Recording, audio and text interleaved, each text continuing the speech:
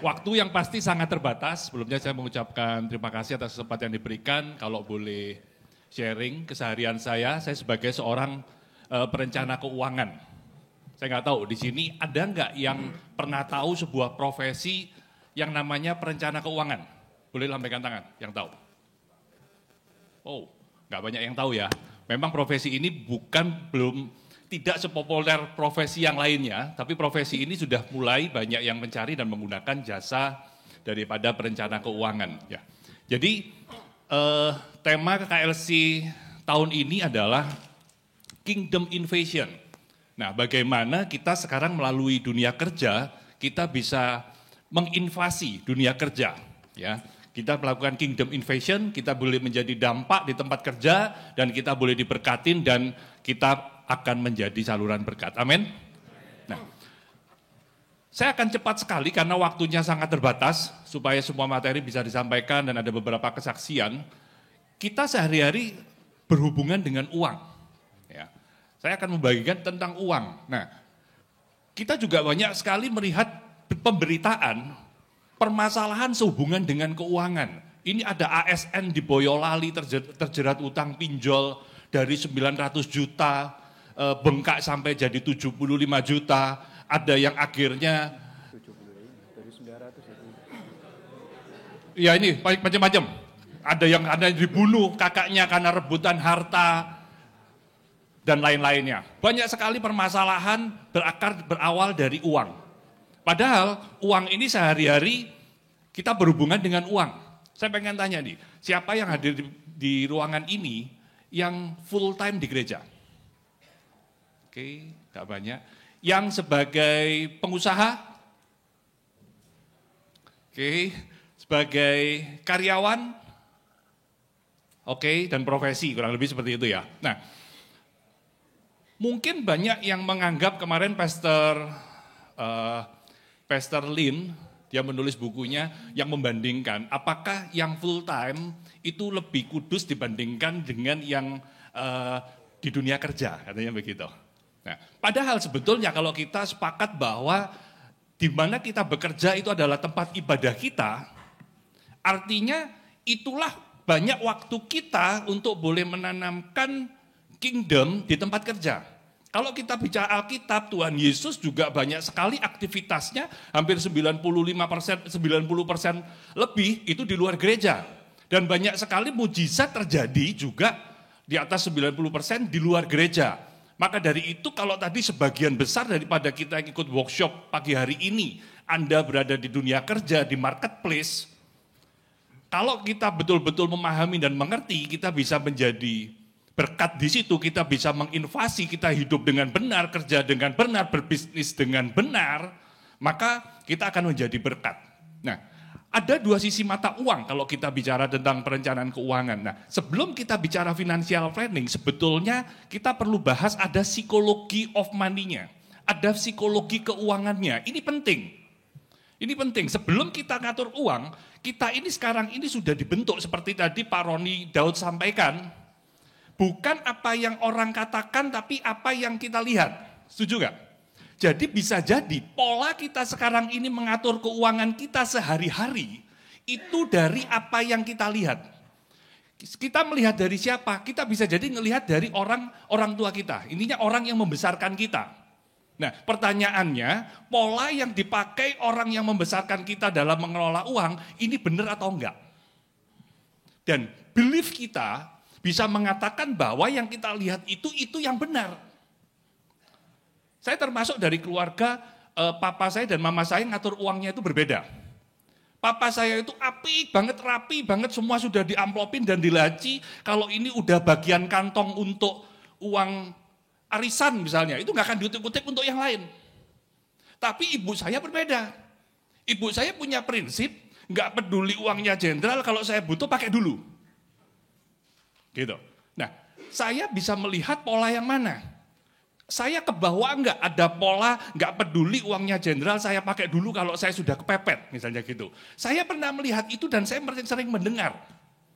Sehingga terkadang di suatu kondisi, saya bisa membenarkan itu. Ya nggak apa-apa, kita beresin dulu aja, saya pakai dulu aja, nanti tinggal diatur lagi. Tapi kalau saya melihat dari orang papa saya, bisa jadi no, ini udah bagiannya untuk itu, saya nggak akan utak-atik gitu. Ya, jadi bicara psikologi money, setiap daripada kita berbeda. Karena ada orang yang nggak usah belajar perencanaan keuangan, gimana buat anggaran, gimana untuk masa depan, tetapi dia nggak ikut kursus-kursus, tapi dia bisa. Jangan-jangan karena sebetulnya dia sudah melihat pola yang benar. Kan ada juga gitu kan, yang bisnis nggak ikut kursus, nggak ikut seminar, nggak ikut belajar bisnis, tapi bisa sukses sekarang. Kenapa ada yang harus belajar? Bisa jadi karena sudah kebetulan mengikuti pola yang benar. Nah, maka dari itu kita semua sebetulnya perlu belajar. Jadi orang tua harus belajar, jadi istri harus belajar, jadi suami belajar, jadi anak harus belajar, jadi laki-laki harus belajar, jadi wanita harus belajar. Kelola uang pun sebetulnya kita perlu belajar. Yang jadi masalah, sering banyak daripada kita punya permasalahan keuangan, nanya sama orang yang pengelolaan keuangannya pun belum tentu benar. Sehingga kita bisa mendapatkan saran-saran yang nggak benar. Nah, maka dari itu kita sebagai leader, awas, leader ini punya pengaruh. Apa yang kita omongkan ini didengar orang. Apa yang kita lakukan ini dilihat orang. Maka kalau kita mau menginvasi dunia kerja, awas. Nggak sekedar apa yang kita omongkan, kita ngasih saran, kita ngasih nasihat, tapi yang kita lakukan betul-betul melalui pekerjaan kita udah benar atau enggak. Nah, OJK membuat survei di tahun 2019 tentang literasi keuangan, inflasi dan inklusi. Literasi inklusi keuangan ini bicara bahwa seberapa persen orang yang sudah memiliki kecakapan dan keterampilan untuk kelola uang. Jawabannya ternyata hanya 38%. Artinya dari 10 orang, hanya 4 orang saja yang memiliki pengetahuan dan kecakapan yang cukup untuk mengelola keuangan mereka. Jadi kalau orang yang masih nggak tahu asuransi, nggak tahu investasi, nggak tahu bikin anggaran, budgeting, berapa saya harus punya income, nah itu literasi keuangannya masih kurang. Nah, maka dari itu kita perlu membekalin diri. Nah, kalau kita mau jadi berkat, kita sebetulnya mau mulai dari mana sih? Jadi Pak Franky kemarin sudah bilang, kita perlu menginvasi dari diri sendiri. Diri kita sendiri kita perlu beresin dulu. Kita sendiri sudah secara bisnis, secara pekerjaan, secara keuangan udah benar atau belum? Kita beresin dulu. Baru kalau kita sudah beres, mulai kita masuk ke yang berikutnya, kita masuk mulai ke keluarga. Ayo, keluarga kita kecil dulu deh, kita beresin deh. Baru kita nanti ngomong ke orang terdekat, orang sekeliling kita, baru kita ngomong ke kota dan ke bangsa. Ya, kita beres dari diri sendiri dulu, dari keluarga, orang terdekat, dan kota dan bangsa. Nah, ini sedikit gambaran perjalanan hidup kita. Setiap daripada kita di dunia ini, mungkin ini yang berbeda-beda. Kita saat ini ada di sini. Ada yang saat ini mau mempersiapkan untuk menikah, untuk beli rumah, untuk menyiapkan pendidikan, untuk wisata rohani. Dan yang terakhir mungkin adalah nanti untuk di hari tuanya, di hari tua. Nah, kita nggak tahu Anda sekarang ada di mana dan mungkin tujuan keuangannya bisa berbeda-beda. Tapi saya rasa semua ada satu yang sama, yaitu kita semua pasti tua. Kita pasti tua. Dan kita pastikan saat nanti kita sudah tua, saat kita sudah tidak produktif, kita sudah harus mencapai suatu kondisi yang namanya bebas finansial. Bebas finansial adalah suatu kondisi di mana seseorang sudah memiliki income pasif atau pendapatan pasif yang besarnya cukup untuk memenuhi kebutuhan hidupnya. Jadi dia nggak usah beraktivitas pun, sudah ada income yang masuk untuk memenuhi kebutuhannya sendiri. Ya, nah saya nggak ngomong tujuan keuangan yang lain, saya ngomong bebas finansial nih, kita bahas nih. Karena ini akan menjadi tujuan setiap daripada kita. Nah, untuk mencapai kebebasan finansial kita perlu minimal punya 2 keterampilan. Ini keterampilan dasar yang wajib kita miliki. Keterampilan yang pertama adalah kita harus terampil menghasilkan uang. Nanti Pak Setiawan juga akan sharing bagaimana di saat kondisi krisis pandemi di Bali seperti apapun tetap bisa eksis. Itu bicara tentang keterampilan menghasilkan uang. Keterampilan yang kedua adalah keterampilan mengelola uang. Karena banyak orang yang terampil menghasilkan uang, tapi nggak terampil kelola uang, uangnya habis. Betul nggak? Tapi ada juga orang yang terampil kelola uang, tapi nggak terampil menghasilkan uang, sama aja. Itu yang dibilang paling susah katanya ngatur duit itu kalau nggak ada duitnya. Iya kan? Maka dari itu kita perlu suatu keseimbangan. Seimbang, pinter, terampil cari uang, dan terampil kelola uang. Nah, kalau kita bicara definisi, apa sih bebas finansial? Sebetulnya ada beberapa metode cara menghitung untuk dana hari tua atau mencapai suatu kondisi bebas finansial. Tapi saya kasih satu contoh, satu metode, ini yang sebetulnya paling menarik dan banyak orang pengen capai. Bebas finansial adalah suatu kondisi di mana seseorang memiliki pendapatan pasif yang besarnya lebih besar atau sama dengan pengeluaran bulanannya. Cuman ada dua faktor yang perlu kita perhatikan. Yang pertama pendapatan pasif, yang kedua pengeluaran bulanan. Pendapatan pasif definisinya adalah sebuah pendapatan yang kita peroleh tanpa kita harus terlibat. Itu pendapatan pasif. Bisnis, itu pendapatan pasif enggak? Tergantung. Intinya pokoknya kalau saya enggak terlibat sekalipun, saya masih mendapatkan income enggak? Wah ya enggak ya, kalau tak tinggal seminggu bisa. Tapi kalau tak tinggal 2 bulan bubar tuh perusahaan. Berarti itu bukan pendapatan pasif. Misalnya begitu. Oke. Yang kedua adalah pengeluaran bulanan. Nah ini yang berbeda-beda. Saya pengeluaran bulanannya sebulan dengan gaya hidup saya 5 juta. Pak Setiawan setiap bulan 15 juta. Pak Bob 20 juta. Pak Herman 50 juta misalnya gitu contohnya. Itu yang setiap orang berbeda-beda. Sesuai dengan gaya hidupnya. Betul ya? Artinya orang yang punya, untuk kita mencapai kondisi bebas finansial nggak harus kita punya income 50 juta, tergantung biaya hidupnya. Contoh, biaya hidup saya sebulan 5 juta. Kalau saya nggak kerja aja sudah punya income 5 juta, berarti saya sudah mencapai kondisi bebas finansial. Sampai kondisi di situ, saya tetap harus kerja nggak? Tergantung value kita. Kalau saya punya prinsip, selama Tuhan masih kasih saya kesehatan, saya bisa berkarya, saya pasti tetap akan berkarya. Dapat income nggak? Bisa dapat income. Saya pakai untuk apa? Sudah bukan saya pakai untuk pengeluaran biaya hidup saya. Terus dipakai untuk apa? Saya mau pakai untuk memenuhi keinginan-keinginan yang mungkin tertunda. Boleh nggak? Boleh. Buat sayanya udah beres. Kalau Tuhan masih izinkan saya diberkati, saya punya income, saya mau pakai jadi berkat buat orang lain. Keren nggak? Keren banget. Nah, untuk kita bisa mencapai itu, suka nggak suka, kita harus mengerti yang namanya laporan keuangan. Untuk yang Anda sekarang hadir, punya latar belakang ekonomi accounting, Anda lihat laporan keuangan ini mungkin nggak ada masalah, ini simple banget. Tapi untuk Anda yang nggak punya latar belakang accounting, seperti saya ini orang sales, kalau ngelihat laporan keuangan, saya sudah penting duluan. Tapi izinkan saya yang saya bukan orang accounting, saya orang sales, saya bisa membagikan sedikit gambaran bagaimana cara membaca laporan keuangan. Karena laporan keuangan ini adalah dashboard. Kalau perusahaan yang besar, pasti punya laporan keuangan. Setuju nggak? Perusahaan Anda baru mau mulai pun saya sarankan Anda harus punya laporan keuangan. Karena laporan keuangan adalah dashboard. Kalau Anda nggak punya dashboard, Anda bisa membayangkan pulang dari lembah pujian ini tadi, KLC selesai, bubar, naik motor, naik mobil, nggak ada dashboardnya. Anda nggak tahu bensinnya masih sisa berapa, speednya berapa, pintu masih ada yang terbuka atau enggak. Anda bisa membayangkan, bisa nggak jalan? Bisa.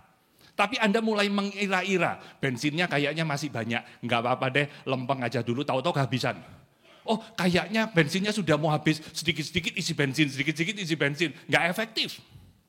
Itu yang pertama. Yang kedua, hati-hati, ada yang punya laporan keuangan, tapi isinya nggak akurat. Artinya Anda sedang melihat dashboard yang tidak akurat. Yang harusnya bensinnya habis, ternyata masih full. Bisa jadi nggak? Nah, itu bicara tentang laporan keuangan. Nah, ini sebagai slide penutup. Ya, sebagai slide penutup. Apa hubungannya laporan keuangan dengan bebas finansial? Saya kasih contoh. Ya, ini ada 2 buku. Yang kiri arus kas, yang sebelah kanan neraca. Arus kas itu cuma ada 2 bagian, pendapatan, pengeluaran. Oke, pendapatan saya cuma bagi 2, yang aktif dan yang pasif. Aktif yang kita terlibat baru dapat income, pasif yang nggak usah terlibat pun kita dapat income. Oke, itu pendapatan. Pengeluaran kita bagi jadi 5 pos besar. Yang pertama pos sosial, persepuluhan, persembahan, bantu orang. Kita masukin di pos pengeluaran. Berapa mau kita anggarkan di sana? Yang kedua, cicilan utang. Berapa cicilan motor saya, handphone saya, KPR saya, cicilan dan lain-lain. Itu berapa cicilannya per bulan ditulis di situ. Asuransi, berapa saya bayar premi asuransi jiwa, kesehatan, kerugian, preminya berapa per bulan. Tabungan dan investasi, berapa saya harus menyisihkan untuk hari depan saya, untuk pendidikan, untuk dan lain-lain. Total biaya hidup, berapa telepon listrik, makan dan lain-lain, itu sebulan berapa, ditotalkan. Total pendapatan dikurangi total pengeluaran, itu surplus atau defisit, gitu aja. Atau impas, nah, itu arus kas. Ya. Kalau yang kanan neraca dibagi jadi 2, aset dan kewajiban. Aset sebetulnya dibagi 3 kelompok besar, kas dan setara kas. Jadi kalau kita punya uang di dompet, punya uang di rekening bank, punya uang di reksadana pasar uang, Anda bisa tulis di kas setara kas. Berapa jumlahnya sekarang? Itu menunjukkan aset kita yang liquid. Nah, itu nanti kalau kita melakukan financial check up ada rasionya. Berapa rasio aset liquid yang harus dimiliki. Yang kedua, aset investasi. Aset investasi saya bagi jadi 2. Aset investasi keuangan dan aset investasi real. Kalau saya punya aset dalam bentuk properti, dalam bentuk bisnis, saya tulisnya di aset investasi real. Tapi kalau saya punya saham, reksadana saham, saya bisa tulisnya di aset investasi keuangan. Berapa totalnya nilai yang wajar saat ini ditulis di total investasi, aset. Nah, aset investasi ini adalah menunjukkan aset kita yang produktif. Itu juga ada rasionya. Yang terakhir, aset personal atau konsumsi, itu aset yang kita pakai. Rumah yang kita tinggalin, motor yang kita pakai, perhiasan yang kita pakai, itu nilainya berapa kita ditulis di aset personal. Ini menunjukkan aset kita yang sedang kita konsumsi. Nah, itu aset investasi aset. Ya, kalau yang berikutnya adalah utang kewajiban, kita bagi jadi 2 aja, jangka pendek dan jangka panjang. Temponya di bawah 1 tahun jangka pendek, di atas 1 tahun jangka panjang. Total aset dikurangi total kewajiban itu tercatat sebagai kekayaan bersih. Nah, jadi kalau kita ngomong kekayaan seseorang, saya punya kekayaan berapa, itu dilihatnya dari neraca. Dilihatnya dari neraca, bukan arus kas. Oh, saya ini punya gaji sebulan 60 juta. Wih, Pak Johan kaya ya. Keliru. Oh, kalau Pak Bob ini sebulan income-nya 200 juta. Pak Bob ini kaya. Keliru. Kita ngomong kaya itu bukan dari arus kas, tetapi dari kekayaan bersih. Nah, contoh. Saya punya total pengeluaran untuk pos sosial, cicilan hutang, asuransi, untuk saya menabung, untuk saya biaya hidup, contoh sebulan 5 juta. Ini yang tadi beda-beda. Ya, nanti saya kasih alat bantunya untuk Anda melakukan ini. Contoh 5 juta. Artinya, supaya saya mencapai kondisi financial freedom, saya harus punya pendapatan pasif sebesar minimal 5 juta. Betul nggak? Pertanyaannya, nanti setelah Anda bikin pengeluaran totalnya berapa, sudah punya belum pendapatan pasif sebesar itu? Gitu. Wah, belum punya, berarti belum financial freedom. Kita siapin, oke. Terus caranya gimana? Anda mulai minta referensi, minta rekomendasi searching di Google. Pekerjaan-pekerjaan apa yang bisa mendapatkan pendapatan pasif? Hati-hati. Di sana akan banyak referensi yang belum tentu saya nggak yakin Anda bisa. Dan di situ juga banyak muatan-muatan yang ditunggangin penipuan. Ya, karena banyak orang yang pengen nggak kerja dapat uang. Betul nggak? Oh enggak ya? Oke.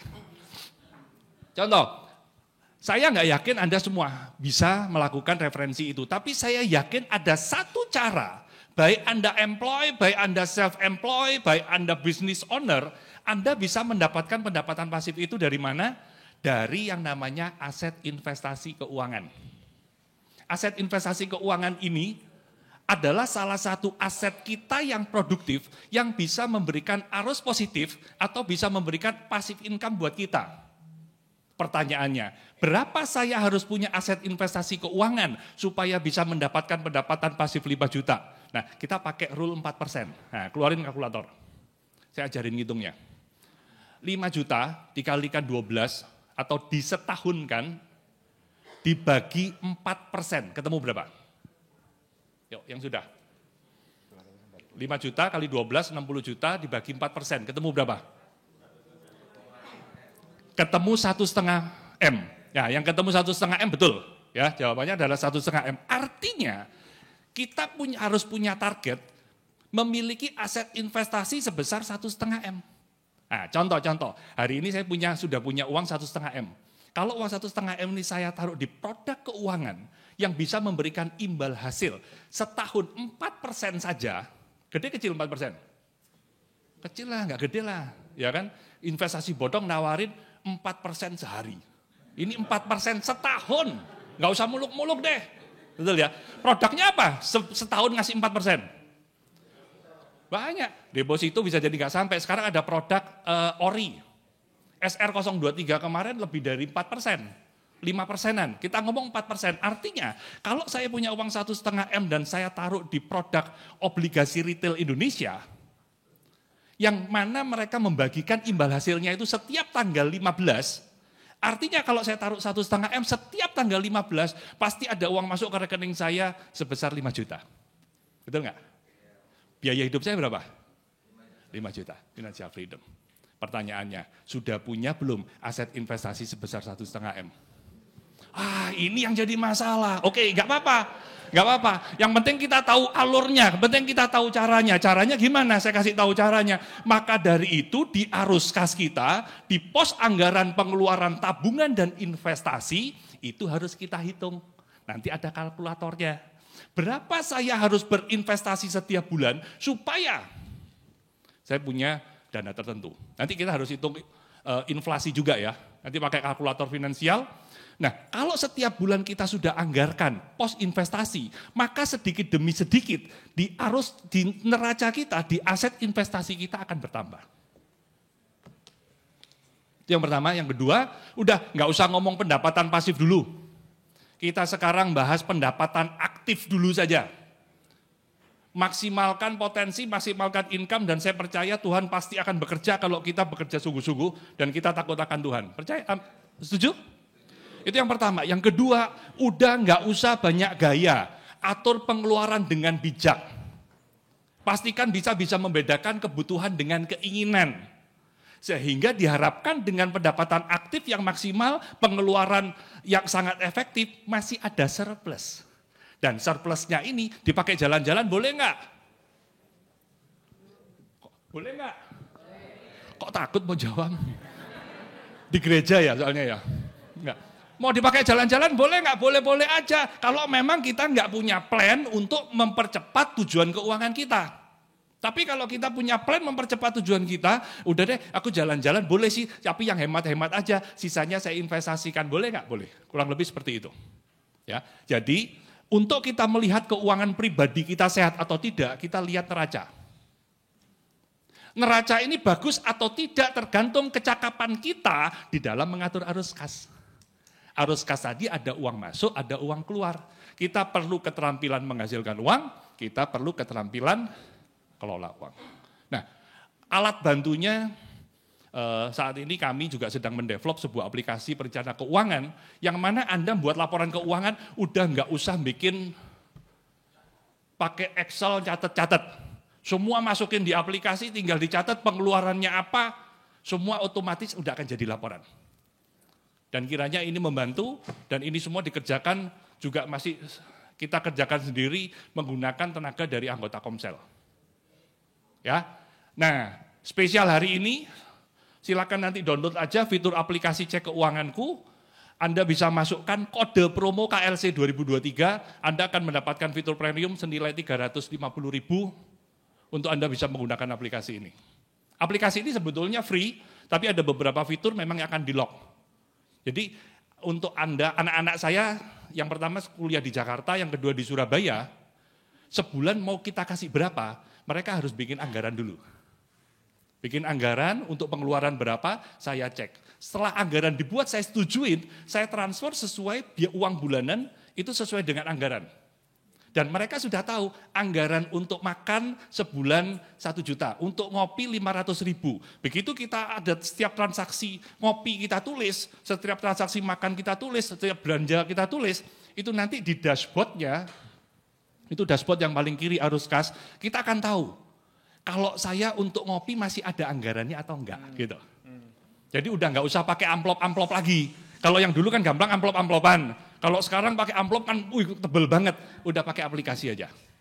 Oke? Dari saya itu, mungkin nanti diteruskan Pak Setiawan dan Pak Bob. Tuhan berkati. Shalom semuanya. Shalom. Iya, saya bergerak di bidang bisnis. Kalau bisnis pasti berhubungan sama keuangan. Keuangan udah dipapar detil. Nah, saya cuma mau sharing aja. Pertama, kalau kita bisnisman, orang bisnis ya, itu pertama integritas. Harus jujur. Pertama jujur sama diri sendiri, ya kan? Jujur sama keluarga, jujur bukan sama orang lain, bukan gereja. Jujur sama pemerintah. Seperti pernah saya saksikan beberapa tahun lalu KLC tentang membayar perpajakan kan itu kan ya. Saya mulai membenahi, saya punya company perusahaan itu dari 2007. Saya mulai membenahi supaya bayar pajak dengan benar. Nah, tetapi setelah saya membenahi semua mulai dari tahun 2018 ya kan. Nah, mulai beberapa company asing dari luar negeri, saya enggak tahu kok mereka bisa tiba-tiba datang ke saya, tapi mereka punya daftar. Ini siapa yang sudah company-nya contohnya di Bali. Di Bali mereka tanya siapa yang bisa pengerak, kebetulan saya di bidang building material, tapi khususnya di pipa semua. Pipa gas, pipa pipa semua, pipa air panas semua. Nah, mereka datang ditanyakan rekomen di Bali siapa? Ada 2-3 orang sama dengan ngomong yang ada Pak, coba hubungi Pak Setiawan. Nah, mereka tanpa ragu, mereka langsung hubungi saya. Ya, 2018 saya sudah mulai bekerja sama dengan pabrik. Kalau dicek di China, pabrik PVC number 1 di sana. Nah, saya ini pengalaman untuk distribusi tidak ada, cuma toko retail biasa awalnya gitu. Tapi sejak dari tahun 94, ya kan. Nah, tetapi waktu tahun 95 saya bertobat, saya terima Tuhan Yesus, saya sungguh-sungguh belajar sesuai dengan Alkitab. Setia dalam perkara kecil. Saya setia. Saya jujur apa adanya, saya belajar. Tetapi dalam tenggang satu waktu 2007 saya mulai membenahi, saya punya perpajakan semua, resmi saya lapor. Nah, 2018 datanglah satu company dari China, ya kan, ke saya, kita lagi deal, ya kan. Setelah itu, puji Tuhan, 2018 itu saya lihat, wah ini company besar, bagaimana? Nah, saya tanya istri saya lihat kalau untuk, ini kan brand baru kan, brand di Indonesia kan sudah ada. Bagaimana mereka bisa masuk? Betul, brand itu mereka terkenal di sana, tapi Indonesia tidak terkenal. Nah, dari sana saya mulai bawa di pinggiran dulu. Pertama saya bawa kemana untuk produk ini, saya bawa ke Papua. Saya bawa ke Papua di ujung-ujung Papua, kebetulan pas 2018 saya mengikuti Jokowi kemana dia pergi, Bapak Presiden kita. Ya, waktu itu kan mau bikin pon di Papua. Sehingga saya lihat kalau pon di Papua kan pasti banyak bangun hotel lah, bangun restoran, bangun itu. Saya bawa ke sana. Puji Tuhan, saya dapat deal beberapa proyek di Jayapura, ya hotel 13 lantai, berapa lantai, semua dengan produk itu. Nah, berjalan waktu, sudah berjalan dengan satu produk, ya nggak lama kan masuk dalam masa pandemi, betul? Ya, orang sudah mulai berpikir, wah masa pandemi ini, ya kan, tidak akan bagus, betul? masa pandemi itu, saya lihat ini adalah satu peluang. Tuhan pasti mengizinkan segala sesuatu terjadi. Tetapi saya percaya Tuhan saya memiliki seluruh bumi ini. Semua Tuhan ciptakan baik dan buruk. Tetapi orang yang percaya, berharap kepada Tuhan, dia pasti simple doa saya. Tuhan, itu memang daripadamu, Tuhan buka jalan. Kalau enggak, tutup jalan semuanya. Masa pandemi, datang satu perusahaan, pabrik dari China, datang lagi satu. Kenapa saya tanya, kok mereka bisa kenal saya? Nah, ternyata China mulai fokus kepada ekspor semua. Mereka semua ekspor untuk apa? Untuk Asia semua. Yang dia fokusin Indonesia adalah pasar yang paling besar di Indonesia. Nah, sehingga mereka ekspor, mereka pajaknya itu 0%. Sehingga kalau company itu udah ekspor ke Indonesia, pemerintah mengembalikan 17% buat mereka lagi. Tapi sampai sekarang saya tidak tahu berapa persen. Nah, intinya pabrik-pabrik ini kalau mau bangun itu semua diatur sama pemerintah. Mereka bangun di tempat-tempat yang pemerintah tentukan di China, yang tempat-tempat yang miskin, supaya semua pekerja dipekerjakan. Nah, di China itu tidak, saya tanya, kok produk kamu bagus, murah lagi? Karena dari pemerintah ada ikut ambil bagian. Nah, sehingga mereka dipekerjakan tempat-tempat yang orang miskin, orang yang tidak mampu, ya kan? Sehingga pemerintah tidak bayar seperti mungkin di Australia, punya KTP aja punya apa, mereka tidak kerjakan dibiayain gitu. Nah, ternyata yang mereka semua dari China yang masuk ke Indonesia itu, mereka punya satu grup namanya WeChat. WeChat Group itu semua orang company China yang besar-besar semua di sana. Nah, ternyata di sana mereka tanya, siapa yang bisa kita gandeng, siapa yang bisa kita percaya, siapa yang bisa kita. Ya puji Tuhan, ternyata company saya, sesudah saya aktif dengan semua tentang bayar pajak dengan benar semua, ternyata di China ada satu company, namanya Export Credit Insurance. Company saya diansuransikan di BUMN di China itu, sehingga mereka boleh kasih saya kredit sampai lumayan besar. Buat saya lumayan besar, ya kan. Nah, sehingga mereka ekspor sampai import sampai sini, saya bisa bayar mundur lagi. Nah, biasanya kalau kita import ke China kan berarti harus bayar dulu di depan. Setelah itu kan baru mau kirim, baru kita lunas sampai sini. Nah, waktu masa pandemi, ya kan, yang company China yang beberapa datang ke saya itu, saya bilang gini, oke, barang Cina, image-nya kita itu apa? Jelek toh? Jelek. Kalau kamu mau, boleh, saya punya tempat. Saya kasih kamu free 2 tahun. Kamu bikin showroom, biaya semua dari kepada kamu. Habis itu, kamu harus kirim saya marketing principle. Saya ada project apa, kalian yang presentasi ke saya bisa sediakan tempat. Ternyata mereka deal sama saya. Mereka bangun, mereka semua dipenuhin semua. Ya, puji Tuhan, sampai sekarang, sampai hari ini, saya bekerja sama pabrik di China, ada 7 pabrik. Aduh, saya pikir, bukan daripada Tuhan. Dan lagi, yang luar biasanya, ya kan? Saya kasih dia persyaratan, dia jawab semua. Habis itu sampai setiap mereka ke sini, sering ke Bali, ya ketemu di Bali, mereka jadikan saya konsultan.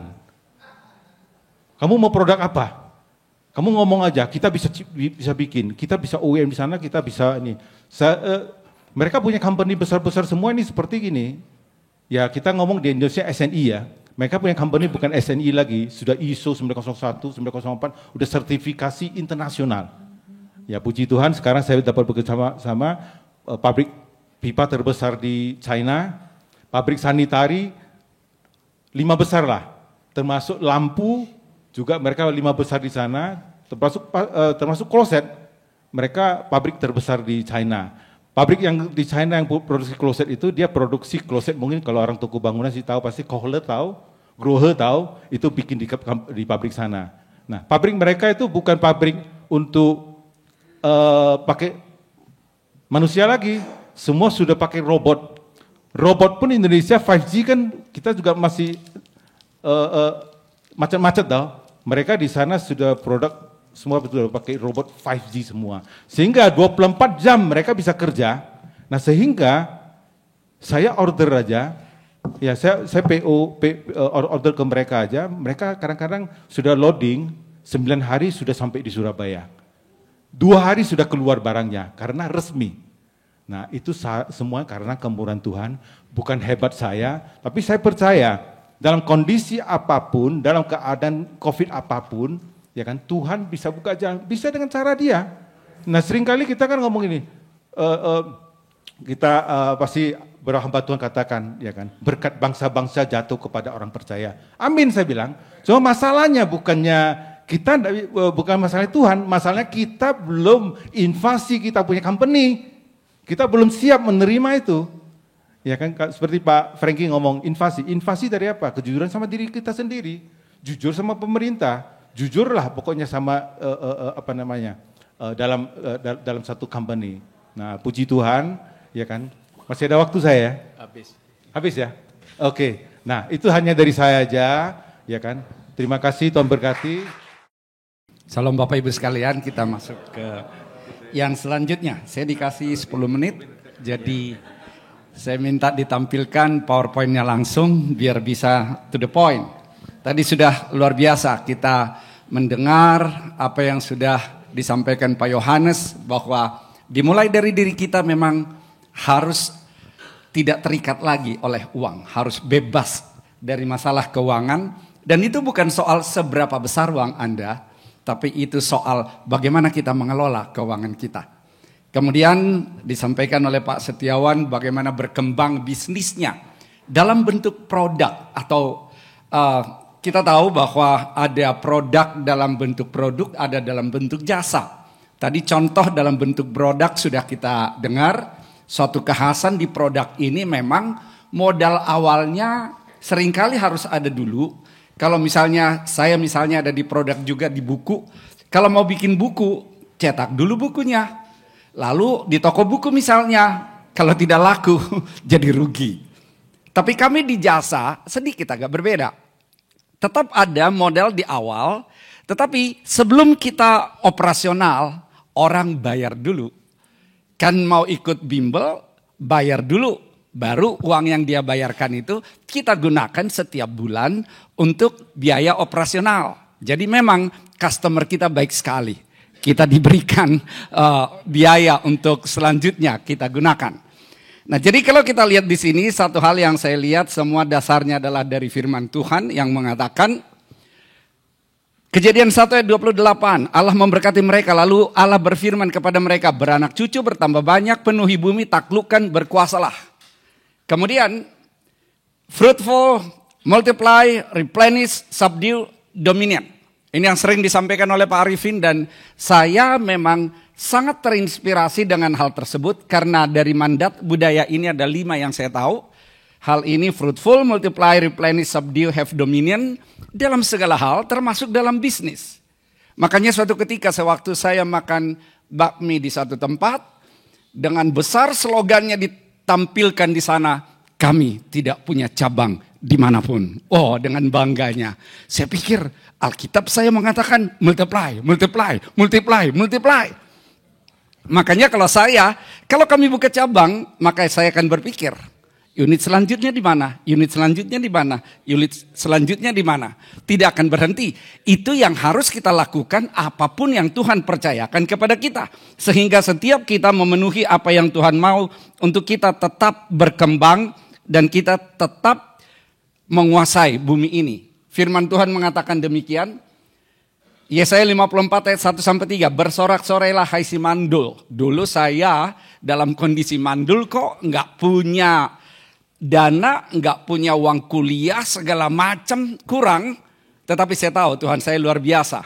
Dan firman ini berkata, lapangkan tempat kemahmu. Lapangkan terus. Dan sebab engkau akan mengembang ke kanan dan ke kiri, kemana? Ke kota-kota sunyi. Apa kota-kota sunyi? Saya melihatnya dari 2 perspektif. Perspektif yang pertama, kota sunyi bagi saya adalah tempat-tempat yang pendidikannya masih kurang. Kota sunyi bagi saya yang kedua adalah mungkin di situ ada pendidikan, tetapi yang mengelola pendidikan di sana bukan orang-orang yang sudah percaya kepada Tuhan. Berarti kita perlu melakukan invasi sehingga apa yang kita kelola membawa dampak, membawa contoh sehingga budaya bisnis di tempat itu akan masuk kepada budaya bisnis dalam kebenaran.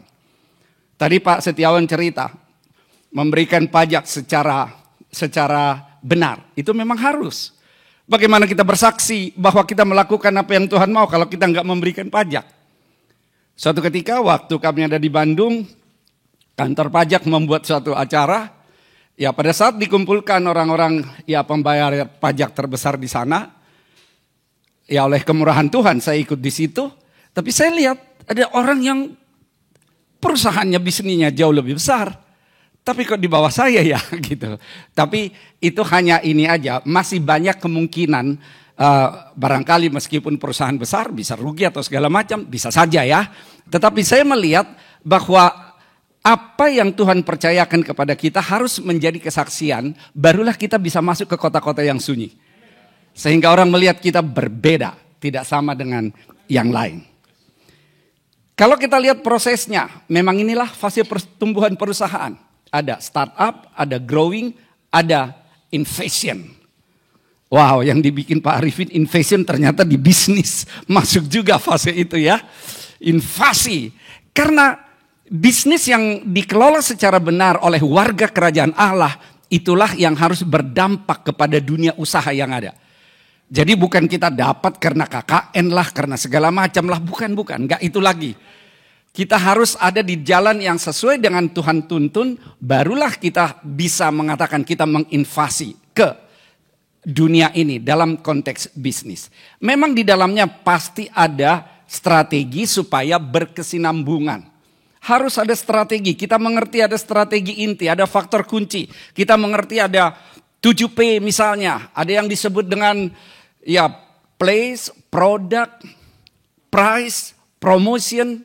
Kemudian ada physical evidence-nya, ada people-nya, ada prosesnya.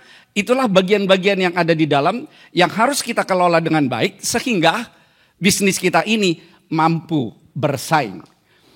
Fakta menunjukkan 80% usaha yang baru dimulai harus tersingkir dari pertarungan. Tersingkir loh. Jadi bukan, startup hebat. Hebat ya, tapi 20% yang bertahan. Buktinya saat ini 80% anjlok. Kemudian penyebab kegagalan adalah kemampuan manajemen yang buruk. Berarti tidak dikelola dengan baik. Nanti kita tahu IPO akan disampaikan oleh Pak Herman, dahsyat banget. Sehingga kita bisa masuk kepada level yang luar biasa lagi.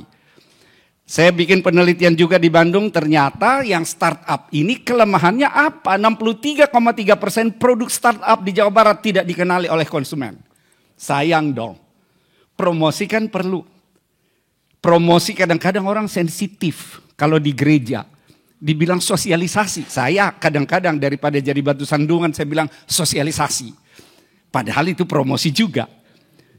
Karena mencegah orang yang tidak sepaham. Jadi tanpa promosi nggak akan bisa. Bagaimana Injil dikenal orang kalau kita tidak sampaikan, kalau tidak kita sosialisasikan, kalau bahasa saya, kalau tidak kita promosikan. Karena kita mengalami kebenaran dari hal itu. Dan pada saat growing, persaingan usaha tinggi. Indonesia bagus loh persaingan usahanya. Meningkat jadi 4,81. Ini yang tertinggi pada tahun 2022 terjadi. 6 itu udah termasuk maksimum. Jadi 4,81 udah tinggi tingkat persaingan. Artinya kalau persaingan tinggi berarti sehat. Sudah mulai menuju ke sana. Dan apa yang harus kita bangun sebagai strategi inti, sumber daya organisasi, kemampuan operasional, keunggulan kompetitif, ini yang harus kita punya. Sehingga kita nggak boleh berhenti belajar. Harus terus kita berupaya supaya kita semakin menguasai hal-hal yang ada di luar sana sesuai dengan bisnis yang kita kelola, yang kita jalankan. Amsal 1 ayat 5 mengatakan demikian, orang bijak mendengar dan menambah ilmu. Kita orang bijak, amin. Kita terus menambah ilmu, amin. Tepuk tangan untuk Allah kita. Amsal 4 ayat 7, peroleh hikmat. Kemudian peroleh pengertian, itu hal-hal yang kita peroleh. Menitnya tolong disampaikan ya, biar saya bisa manage waktunya. Permasalahan startup ada di sini memang mayoritas urusannya adalah modal dan yang butuh nanti bisa tanya ke saya PowerPoint-nya bagi yang dibutuhkan. Karena saya lihat banyak yang moto, kadang-kadang belum selesai di foto saya udah lewat. Boleh bisa di copy. Kemudian saya lakukan penelitian tentang hal yang tadi, 81,28% startup tidak memiliki legalitas. Nah, kalau kita bikin usaha, perhatikan legalitas harus kita buat. Supaya dari awal kita sudah berjalan sesuai dengan aturan yang ada. Buat nama perusahaannya, buat aktenya, buat segala macamnya, buat aturannya. Dan kalau kita berpartner dengan yang lain, jangan hanya modal saling percaya. Banyak contoh yang saya temukan teman-teman sendiri. Pada saat mereka belum maju, mereka kerjasama dan tidak membuat kesepakatan, maka akhirnya pada saat sudah mulai maju, berantem, udah selesai. Tidak bisa lanjut. Kalau dari awal dibuat peraturannya, oke. Satu bilang, aku punya modal, oke, modalmu dihargai berapa? Aku punya kemampuan, oke, kemampuanmu dihargai berapa? Sehingga itu jadi saham, clear bagi keuntungan seperti apa. Dan kemudian yang kerja siapa, kalau kerja digaji, walaupun dia pemilik, supaya clear semuanya. Jadi itu yang harus diperhatikan, jangan sampai berjalan tanpa kejelasan aturan main. Di awal bisa sepakat, tapi kalau di akhir bisa semua jadi berantem. Walaupun itu sesama anggota gereja. Saya belum katakan sesama anak Tuhan. Sesama anggota gereja. Kemudian persaingan walaupun dalam growth tetap ada dan tantangan tetap ada karena bohong kalau dibilang pasar tidak terganggu. Karena selalu ada disruptive innovation. Orang lain punya inovasi, disruptif juga untuk kita. Kita punya inovasi disruptif juga untuk orang lain. Teknologi ada inovasi disruptif juga untuk semua. Jadi hal ini harus kita perhatikan. Kesadaran CEO juga penting untuk survive. Ini yang kita lihat tokoh-tokoh yang ada, mereka sangat paham bahwa disruptif ini selalu ada. Jadi jangan kita pernah berhenti. Apapun yang kita kelola, berpikir selalu harus masuk kepada IT. Kita tidak harus jadi ahli IT, tapi kita bisa jadi pengguna IT. Itu harus diperhatikan. Tuntunan Tuhan perhatikan dalam hidup kita. Laksana Raja Wali menggoyang bangkitkan isi sarangnya. Dan Tuhan mendukungnya di atas kepaknya. Demikian Tuhan sendiri menuntun dia. Kendaraan mengatasi bukit-bukit di bumi. Saudara, ini kalau kita dalam Tuhan pasti kita alami. Saya ingat sekitar 2 tahun sebelum pandemi. Mohon maaf Pak Arifin ada. Pak Arifin mengatakan, Pak Bob udah bisa berpikir online. Belum pandemi. Dan saat itu kami sudah mulai berpikir tentang bagaimana online. Dan kemudian muncul COVID. Ya ada 2 hal yang saya dapatkan. Yang pertama, kami sudah mulai siap untuk itu. Tapi yang kedua, sekaligus membuktikan bahwa jika pendidikan dilakukan 100% dengan online, gagal.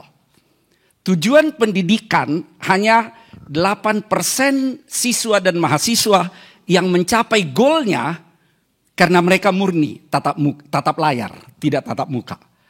Nah jadi mahasiswa pun di luar negeri mengalami penurunan karena online. Tapi di sisi lain, kalau orang hanya tradisional tatap muka tanpa dibantu dengan online, maka itu pun akan ketinggalan. Makanya akhirnya yang ada di kami yang kami lakukan bimbel, kemudian tetap tatap muka, tapi aplikasinya ada di handphone, sehingga orang mau belajar kapanpun, dimanapun selalu bisa. Orang tua mau lihat kehadiran anaknya bisa. Kemudian orang tua mau latihan soal melalui handphonenya bisa. Anak-anaknya latihan soal melalui handphone juga bisa. Jadi ada tatap mukanya, didukung dengan online, persis kayak KLC kita sekarang. Kan tatap muka. Tapi kan ada banyak data yang bisa kita dapatkan di dalam online yang diberikan. Nah itulah yang harus ada sekarang ini. Dan saya katakan ya yang online, murni online, mereka mengalami masalah besar dan ada PHK besar-besaran. Sehingga memang dibuktikan 100% online gak bisa. Tetapi di sisi lain kami siap menghadapi hal tersebut dengan sebelumnya melalui tuntunan Tuhan, melalui Pak Arifin, kami sudah dapatkan bahwa kami juga memang mempersiapkan terhadap online. Makanya disitulah saya dapat suatu prinsip. Saat itu kami adalah bimbingan belajar tatap muka berbasis teknologi online. Itu yang harus kita perhatikan, apa jenis dari usaha kita. Setiap usaha pasti punya jenisnya sendiri. Jadi kalau itu kita punya, maka kita akan bisa maju dengan selalu perhatikan apa yang berubah, change.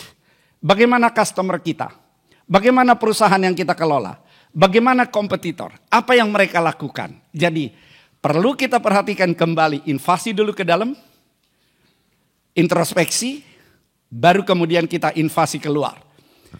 Untuk introspeksi, selalu perhatikan tuntunan Tuhan, dan ingat, kita tidak 100% hanya ngejar untung. Saya katakan kepada Bapak Ibu Saudara, selama COVID, kami tetap mengalami kerugian selama COVID. Tapi satu hal yang saya canangkan waktu itu, saya tidak akan bikin pengurangan karyawan, dan saya tidak bikin work from home dan kemudian potong hanya bayar 40% dari gaji, enggak. Emang Pak Bob untung dengan cara seperti itu? Enggak. Besar. Kerugian kami di COVID tersebut tidak kecil, saudara. Kalau saya terbuka. Tetapi saya bilang saya tidak akan mau melakukan PHK kecuali memang udah enggak sanggup. Dan kalau udah mau bangkrut kan ya enggak bisa dong. Tapi Tuhan luar biasa. Kemudian tahun lalu, tahun ini sudah Tuhan berikan berkat yang luar biasa. Dan kami sudah masuk kepada hal yang grow kembali. Terima kasih, Tuhan Yesus berkati. Saudara-saudara sekalian, saya diminta Pak Arifin untuk cerita sedikit mengenai Go Public. Saya tidak mau sebetulnya, tapi saya agak dipaksa sama Pak Bob. Karena mau dengar ceritanya, sedikit beberapa catatan. Yang pertama-tama, ini pengalaman pribadi saya dengan Tuhan. Karena kalau ini pengalaman pribadi saya dengan Tuhan, Anda harus menggumuli. Belum tentu itu pengalaman pribadi Anda dengan untuk yang sama. Ya, ini yang paling penting. Tapi saya akan berusaha cerita pengalaman pribadi saya. Dan hari-hari ini setelah saya ditantang oleh Pak Arifin untuk kenapa kamu IPO, saya merenungkan apa yang Tuhan mau lakukan. Itu seperti gitu. Saya bukan seperti Pak Bob dan saya kagum sekali dengan Pak Bob. Beliau bisa ceritain management chain begini gitu. Saya nggak bisa. Saya mesti dipaksa Tuhan. Salah satunya kalau saya go public, saya harus rapi. Saya ada internal audit. Istri saya nggak boleh jadi shareholder, tapi dia bukan direksi. Nggak boleh. Kalau ganti corporate secretary harus lapor. Saya dipaksa untuk asas taat pajak. Saya dipaksa untuk taat organization. Saya juga harus taat untuk keterbukaan dengan yang lain-lainnya. Itu sedikit mengenai saya. Tapi saya kalau boleh ngomong sedikit, setelah saya renung-renung go public atau proses yang at least saya laluin ini adalah sebuah proses. Tadi kemarin Pak Franky juga cerita mengenai proses pemuritan menjadi kedewasaan buat saya menjadi dewasa di dalam Tuhan, ya itu satu, dan becoming a showcase to the secular financial world. Itu kalau ada konsultan yang bilang itu direktur daripada bursa mengatakan itu istilahnya itu scale up. Kalau Anda masuk jadi TBK itu, Anda scale up. Kami bulan tanggal 10 Agustus yang lalu, kami menjadi perusahaan yang ke-887. Bukan mestinya Pak ya, tapi untung nggak pakai Pak seperti itu 887. Kami masuk di bursa dan saudara-saudara sekalian, saya merenungkan akan hal ini. Saya ada beberapa ayat yang saya mau katakan bahwa Mazmur 103 ayat 7 berkata, He made known His ways to Moses and His doing into the children of Israel. Saudara-saudara sekalian, ada hal-hal khusus yang diberitahukan kepada Musa. Ada hal-hal khusus yang diberitahukan kepada kita yang mencari Dia. Setuju? Yang kedua yang saya mau katakan itu begini. Mazmur 144 tadi itu, Praise be the Lord my rock who trains my hands for war and my fingers for battle. Saudara-saudara sekalian, saya perenungan ini bahkan kemarin hari-hari ini. Yang nulis ini Daud. Daud itu sebelum jadi tentara, sebelum jadi raja, kerjaannya apa? Gembala. Kalau gembala bawa apa? Stick. Iya kan bawa gadamu dan tongkatmu. Dari bawa gada dan tongkat, ngatur negara, itu bedanya 180 derajat. Setuju ya? Are you with me? Tapi saudara-saudara sekalian, Tuhan janji kepada kami, He will train my hands. Di sini saya ada staf saya juga di sini. Kami dilatih, kami harus ngurusi keuangan, menyehatkan keuangan. SLF itu apa, Vi? Izinnya surat layak fungsi. Sudah punya surat layak fungsi enggak? Saudara-saudara sekalian, ngurus surat layak fungsi sejak Tunjungan Plaza 5 atau 6 kebakaran, itu harganya M itu. Itu harganya M itu. Itu hanya untuk suratnya aja. Tapi He trained my hands. Iya kan, dia memberikan poinnya di sini. Dia melatih, memberikan garis besarnya. But He trained my fingers. Dia memberikan detailnya untuk kita menjalankan akan perusahaan ini. Saudara-saudara sekalian, maaf ini, waktu Pak Arifin cerita bahwa kita berbicara mengenai invasion. Kebanyakan daripada kita, saya kalau boleh ngomong, kita invasion atau kita pemuritan itu di dalam konteks gereja, di dalam konteks misi. Tapi saudara-saudara sekalian, saya waktu Pak Arifin cerita mengenai konteks pergi masuk ke dalam dunia dan yang paling tinggi di financial world itu adalah ke IDX. Itu kalau sampai IDX ada bom aja, itu financial Indonesia rontok itu. Itu IHSG itu adalah simbol daripada the wealth atau simbol daripada kejayaan daripada Indonesia. Ada di sana semua. Benar kan? Iya. Nah, jadi saudara-saudara sekalian, tapi kalau kita renungkan tadi yang pertama-tama itu, David tadi yang dikatakan itu dia dari gembala, dia naik akhirnya menjadi raja. Dia bukan dalam arti full time pastor, setuju kan ya? Tapi dia berkenan kepada Tuhan. Invasion itu bukan berarti cuma menjadi full timer, dan saya tidak mengecilkan akan full timer, maaf. Tapi saya senang sekali Pak Arifin memberikan pandangan bahwa kalau kamu memang invade in whatever area yang engkau masuk. Kebetulan saya ada subset sedikit dengan Pak Bob, saya ada di pendidikan, dan by the way saya masuk Bali. Saya ada sekolah di sini di Kerobokan namanya Morpho School. Jadi saya orang Bali sekarang. Ya. Itu David kembali lagi waktu dia invade, dia adalah hamba Tuhan, orang yang berkenan, a man after God's own heart. He is not a full timer, but God trained him for a battle. Itu yang pertama. Yang kedua, kita ngomong Daniel. Tadi yang Pak Daniel cerita tadi itu. Daniel itu negarawan kan? Daniel itu negarawan. Administrasinya yang begitu tertib, wibawanya, hikmatnya itu sampai 120 provinsi itu ada 3, dan Daniel direncanakan waktu itu untuk diangkat menjadi, kalau mau dikatakan, setara dengan Perdana Menteri lah, atau CEO, bahasanya kayak begitu. Tetapi hidupnya itu berkenan kepada Tuhan. And he invade, bukan negaranya dia loh, Babylon. Dia tidak bekerja sama dengan orang seiman. Dia minority di sana.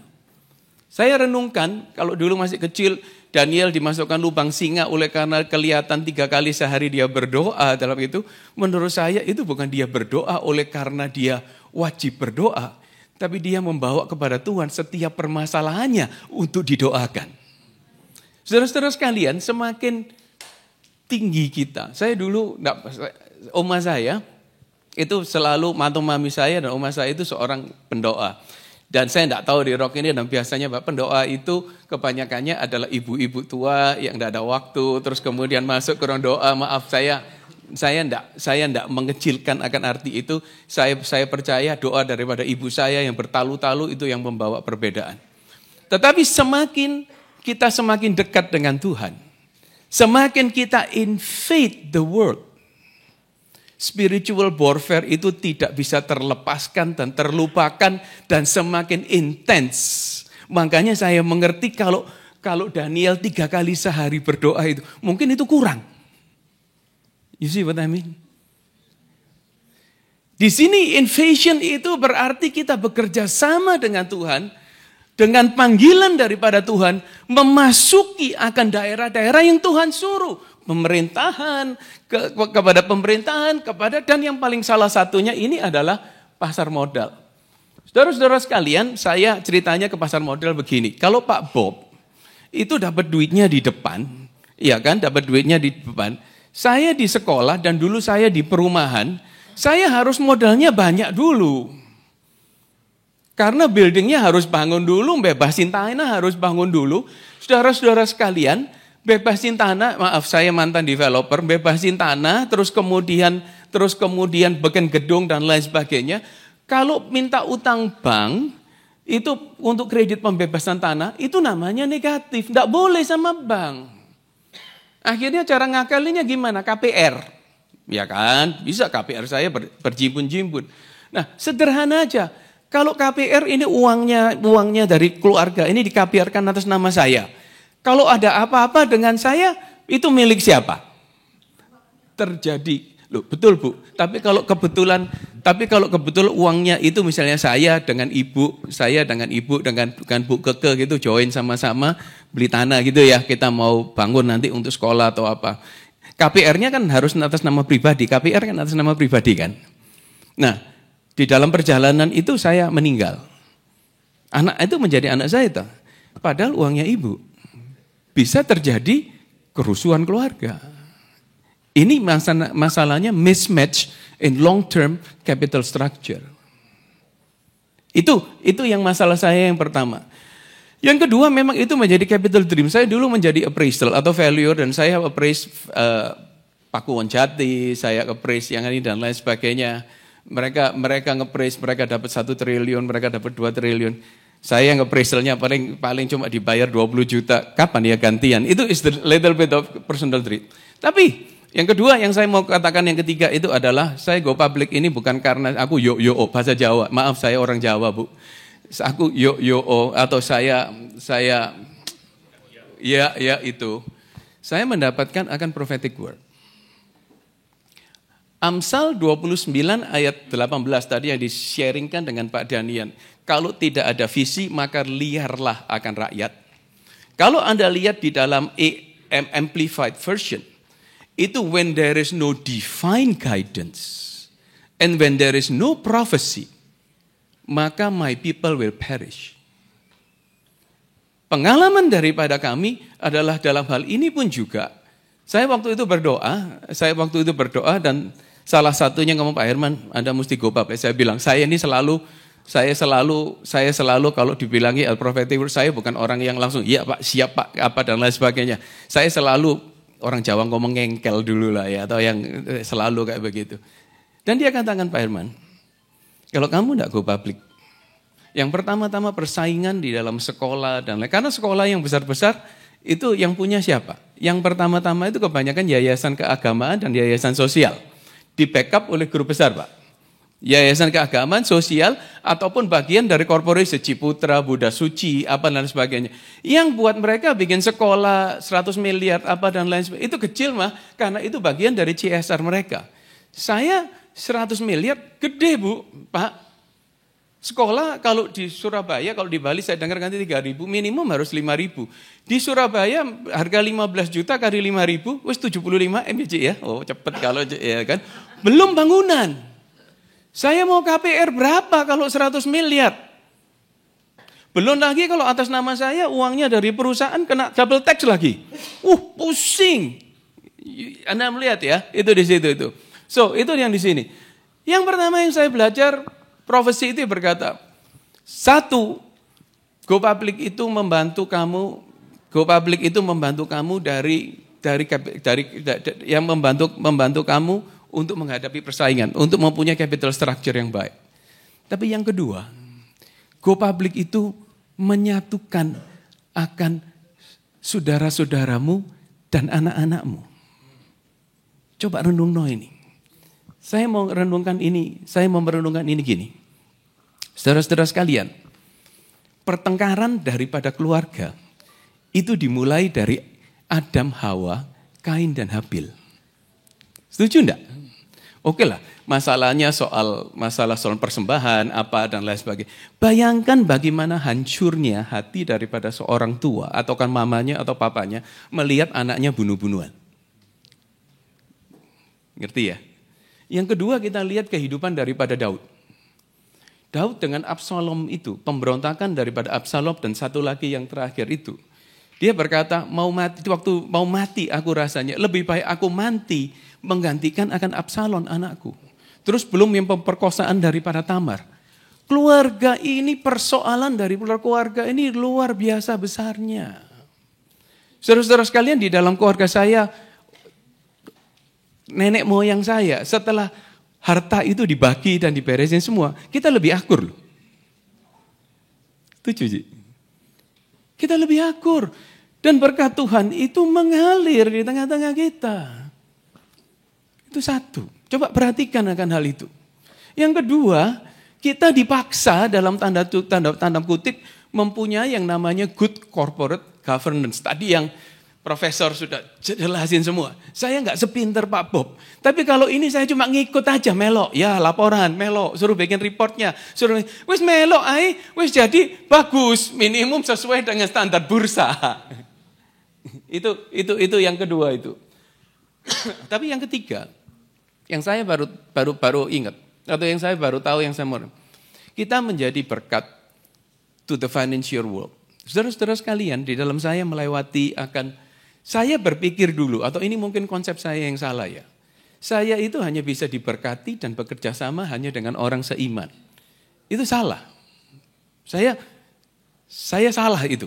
Saya belajar itu di situ. Karena saudara-saudara sekalian, ini sedikit cerita. Waktu saya kepingin jadi kayak Pakuwon Jati, itu asetnya harus omsetnya harus 1 triliun lebih. Harus 1 triliun lebih apa dan lain sebagainya. Tapi waktu COVID, mereka membuat apa yang disebut, karena banyak perusahaan yang di sana yang tidak baik, tadi yang Pak Bolong itu, mereka membuat yang namanya papan pengembangan Pak. Ini ada kayak begininya itu. Nah, jadi yang sakit-sakit itu dimasukin papan pengembangan. Tapi kemudian mereka membuat yang bahasa saya itu papan UMKM. Papan UMKM itu di situ. Di sini saya qualified. Di sini my dreams come to reality. Ada the word of God, tetapi bursa melakukan akan modifikasi untuk kayak begitu. Kesulitannya Pak Bob tahu sendiri. Kita ini sekolah kan yayasan.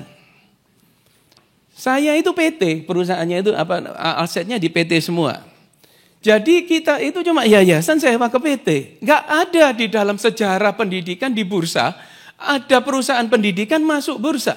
Dan tak bilangi, ada di sini, income-nya dari PT itu 4 miliar setahun Pak Bob. Rugi tadi saya langsung geder. Enggak ada ceritanya. Saya jujur kan financial keterbukaan informasi. Income daripada PT saya yang go public itu cuma setahun 4 miliar Pak. It's impossible. Saya pertama kali datang ke bursa pamit. Pak, saya dari gini. Nggak usah. Pulang aja. Ya sudah pulang. Minggu depan dipanggil. Itu ngomong sama financial advisor-nya kata. Tuh yang orang dari Surabaya itu suruh datang lagi. Datang lagi. Ya masukkan. Tapi di bursa akselerasi. Udah nggak punya pilihan. Tapi sebetulnya Tuhan itu baik.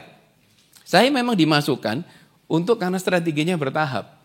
Setelah itu kita bisa right issue, baru kita bisa naik ke papan ini. Ya itu nanti jadi becoming very technical lah. Iya. Saudara-saudara sekalian, ini the journey of MNCA. Ini saya rasa, saya mendapatkan security firm yang pas, yang bisa dapat authority, ada standby buyer, ya kan? Biasanya itu proses go public itu 2 tahun.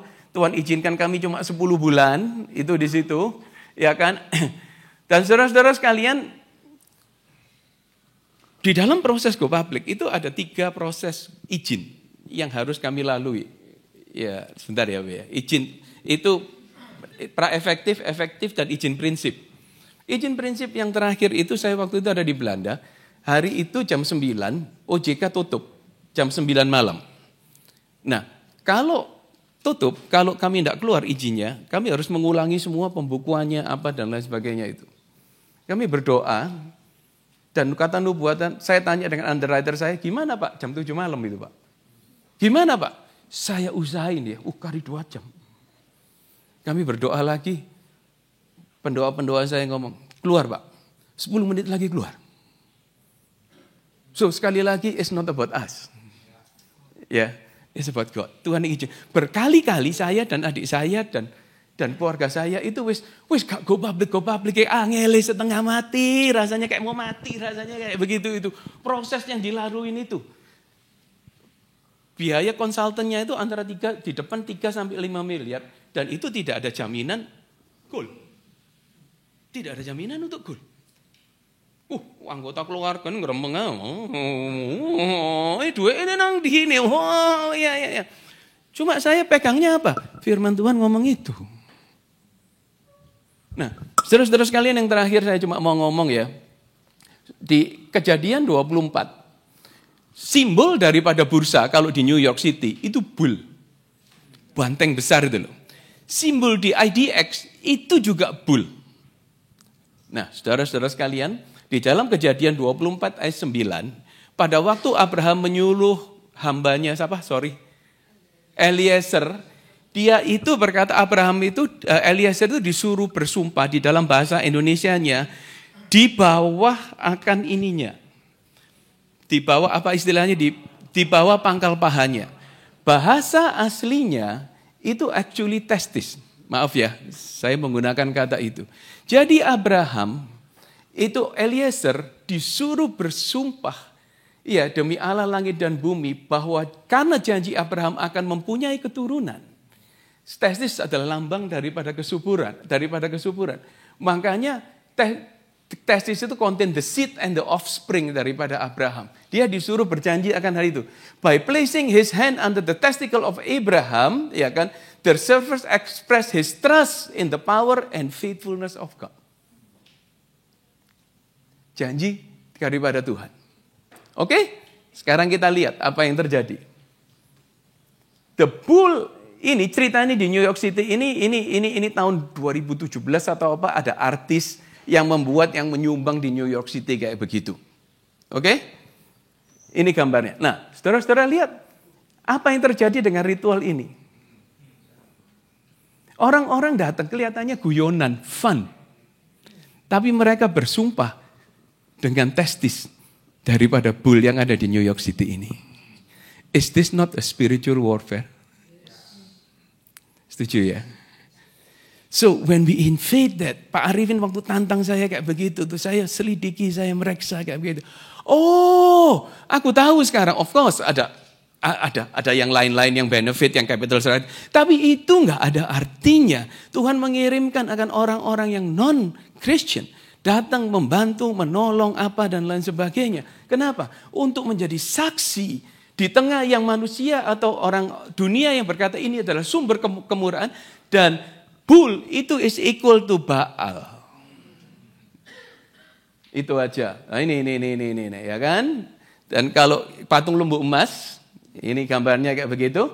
Dan saudara-saudara sekalian, gambar daripada IDX. Thank you.